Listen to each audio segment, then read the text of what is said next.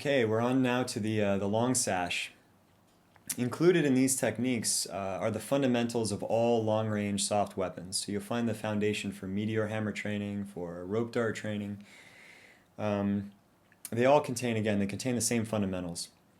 Before we move into the techniques of them, there's one concept that I want to talk about a little bit. And this exists in the old soft weapons training, and it exists in present-day wushu or kung fu training. And it's a difference between, if you could look at it this way, toward a forceful strike and a strike that occurs from a chain ball sickle. Okay? So if you watch, for example, a Japanese or a Korean brick breaker, you can see the way that the mechanics of the movement crush the bricks, and you can see the follow through of the movement. It's essentially like hitting something with a baseball bat. Now, if you watch an internal Chinese martial artist, for example, an iron palm practitioner, they'll be able to send the force of the strike deep into a stack of bricks to break the bottom brick, to break the central brick. And it's simply the fact that this is not crushing, forceful striking.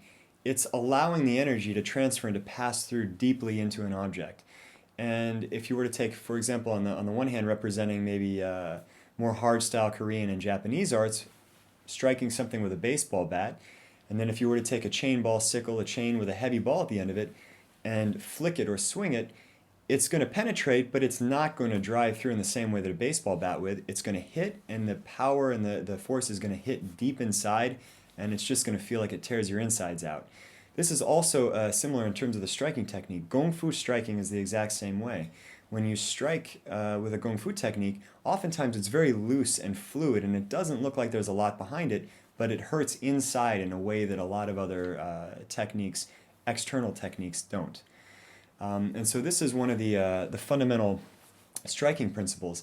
Now, to make this work with a shoot, and a shoot is anytime you wrap a limb and send the sash out at a long distance in a straight line, you don't just throw it, okay?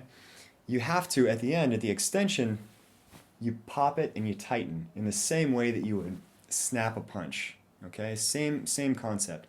So when the ball is extending, you extend along with it, and then you pop it back, and it has the same effect of digging and pulling out, creating a cavity in the body, and then leaving a vacuum. Yeah, it's very painful.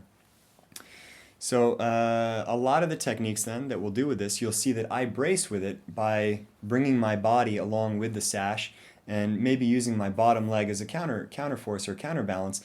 This allows me to extend with the sash and pop it back.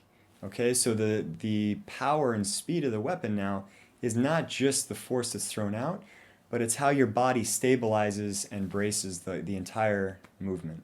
This is the fundamental of all shoots, and it needs to be understood before they can be effective.